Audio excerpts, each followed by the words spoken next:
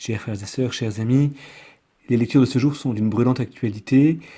Dieu y est présenté comme le maître de la vie et de la mort, tant dans la première lecture que dans l'Évangile, où Jésus guérit le fils d'un fonctionnaire royal. Cet homme vient voir Jésus non pas pour lui parler de religion, mais pour que son fils vive. Et on assiste à un dialogue étonnant.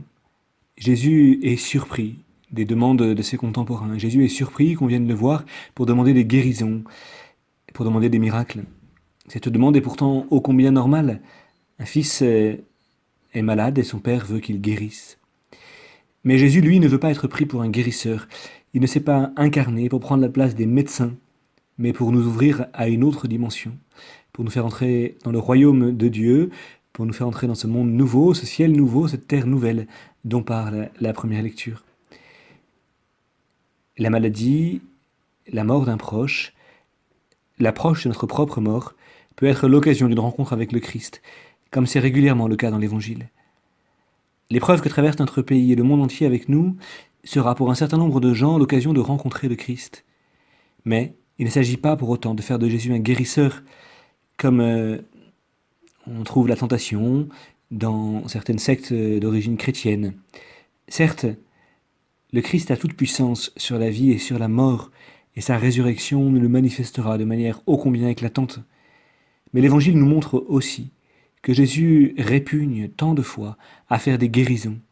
Car ce qu'il veut, c'est non pas guérir notre corps, mais nous sauver totalement.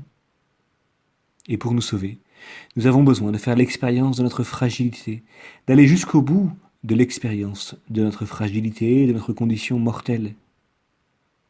Nous passons notre vie à nous bâtir des sécurités, pour oublier que nous sommes moins qu'un souffle. Or, pour faire l'expérience du salut, il nous faut d'abord faire l'expérience du dépouillement, perdre nos repères, mourir à soi-même. Voilà pourquoi beaucoup de gens témoignent avoir rencontré Dieu au cœur d'une épreuve. Non pas que Dieu était absent avant, mais ils ne le voyaient pas. Il leur a fallu ce dépouillement pour découvrir sa présence et crier vers lui, comme ce Père dans l'Évangile. Ce Père dans l'Évangile, il termine par une belle profession de foi. Alors nous aussi crions vers Dieu, supplions-le pour notre monde, pour tant de personnes que nous connaissons et qui ont bien besoin de nos prières. Et puisse l'épreuve actuelle être l'occasion de redécouvrir le salut que Dieu veut nous donner en la personne de son Fils. Amen.